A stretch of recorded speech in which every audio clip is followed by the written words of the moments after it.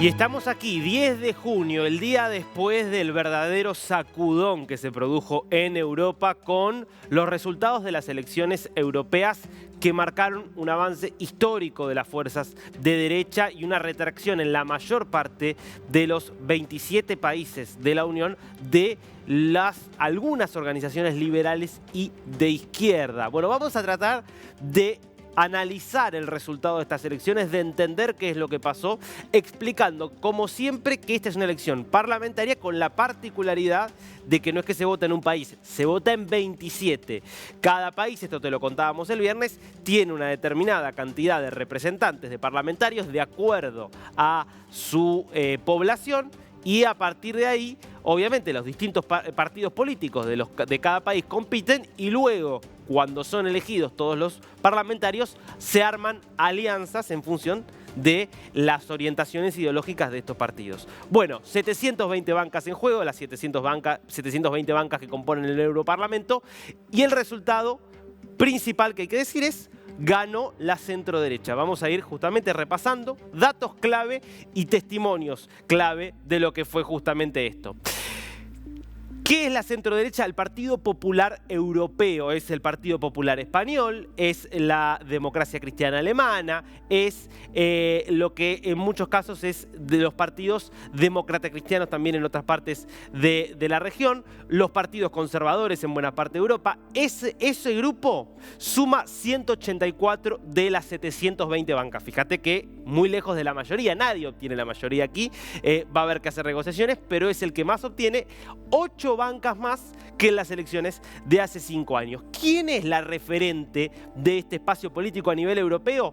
Ursula von der Leyen, que es la presidenta de la Comisión Europea, que sería algo así como la primera ministra de la Unión Europea. Ella quiere ser reelecta y, obviamente, con este resultado se entusiasma. Escucha lo que decía anoche. EPP is the strongest political group in the European Parliament. EPP has the most leaders. Together with others, we will build a bastion against the extremes from the left and from the right. Importante esto que decía von der Leyen, que tendrá que ver si consigue el respaldo, porque fíjate, ella tiene 184 bancas. Para ser reelecta como presidenta de la Comisión tendrá que hacer acuerdos con todos los demás. Bueno, lo que ella estaba diciendo es: vamos a ir a un acuerdo de las fuerzas moderadas en contra de los extremos, de la izquierda y de la derecha. Prescindir de los extremos de la izquierda no va a ser difícil, porque efectivamente hubo pocos partidos extremistas de izquierda a los que les haya ido bien.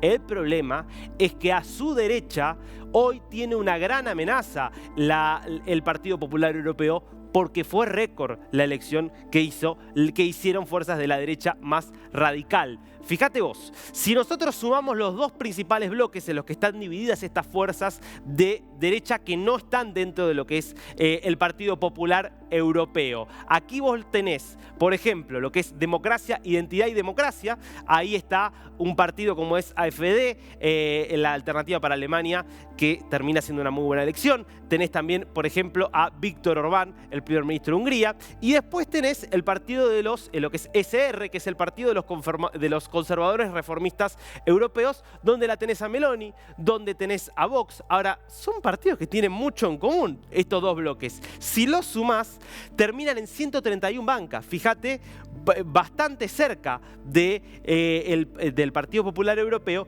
y sumando 13 bancas respecto de las elecciones pasadas. Es un crecimiento muy importante.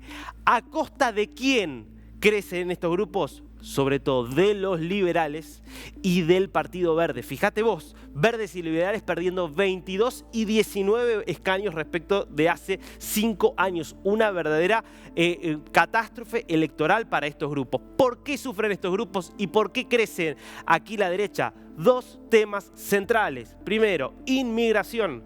Hay, te lo veníamos contando acá, una preocupación creciente en Europa por lo que se ve como un peso cada vez más grande de la inmigración irregular.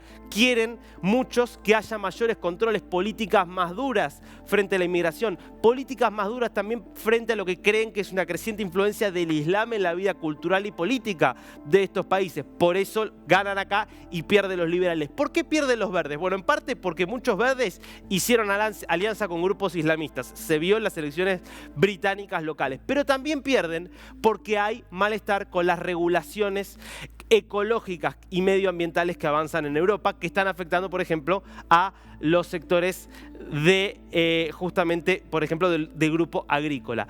Esto explica esta paliza que ha sufrido Emmanuel Macron.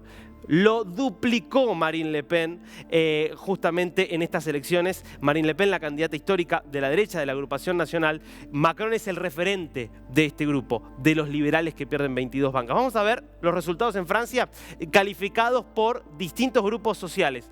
Vos fijate, entre los trabajadores, esto es lo que saca Marine Le Pen. 52% de los votos sacó entre los obreros, 52%. La Francia insumisa, que se supone que es la extrema izquierda, solamente 7% entre los trabajadores. Y bueno, Macron apenas 8%, muy mala elección de Macron. Esto lo lleva a hacer un pedido de adelantar las elecciones legislativas. Quiero que veas eso, justamente. Macron, primero Le Pen, obviamente eufórica después de este resultado.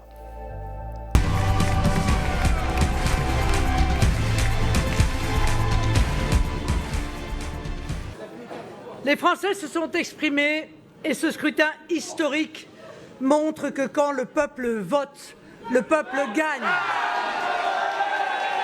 En mettant la liste du Rassemblement national à plus de 32%, les Français viennent de nous accorder le plus haut score, tous partis confondus, depuis 40 ans.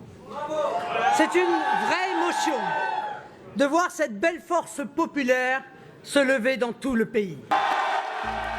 Claro, con estos números para nuestra eufórica Marine Le Pen, que aparece ahora como gran candidata y gran favorita a convertirse en la próxima presidenta de Francia. Falta, obviamente, todavía para las elecciones presidenciales, pero claramente aquí hay un corrimiento hacia la derecha muy claro en Francia. Esto lleva a Macron, después de hacer tan mala elección, a decir: anticipo las elecciones legislativas, que haya una nueva Asamblea Nacional. Así lo decía.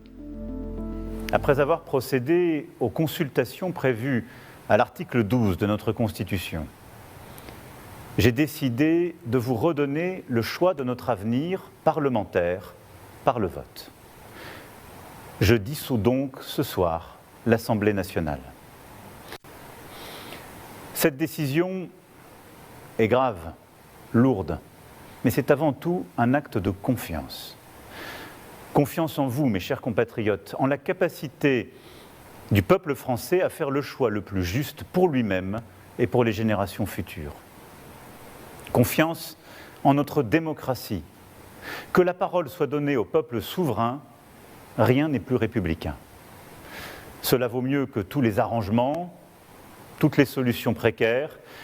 C'est un temps de clarificación indispensable. No es el único gobernante que sufrió un golpe, Macron, porque esto le pasa a Macron, pero fíjate lo que le pasó a Olaf Scholz, el canciller alemán del Partido Socialdemócrata. Quedó tercero en Alemania. Tercero, la fuerza más votada, la Democracia Cristiana, el partido que era históricamente de Merkel, que pertenece al Partido Popular Europeo, a la centroderecha. Pero segundo, AfD. Venimos hablando mucho con Juliana González y con nuestros colegas de la Deutsche Welle acerca de este partido, que tiene algunos de sus integrantes sospechados de al menos de tener algunas simpatías neonazis o un pasado por lo menos neonazi, y que hoy es el segundo partido más grande de Alemania, que es la mayor potencia que tiene Europa. Algunos le están diciendo ahora a Olaf Scholz: ¿no sería hora quizás de que vos llames a elecciones anticipadas? Scholz, claro, Macron no pone en juego su banca, su cargo, porque el presidente no se elige por el Parlamento. Scholz sí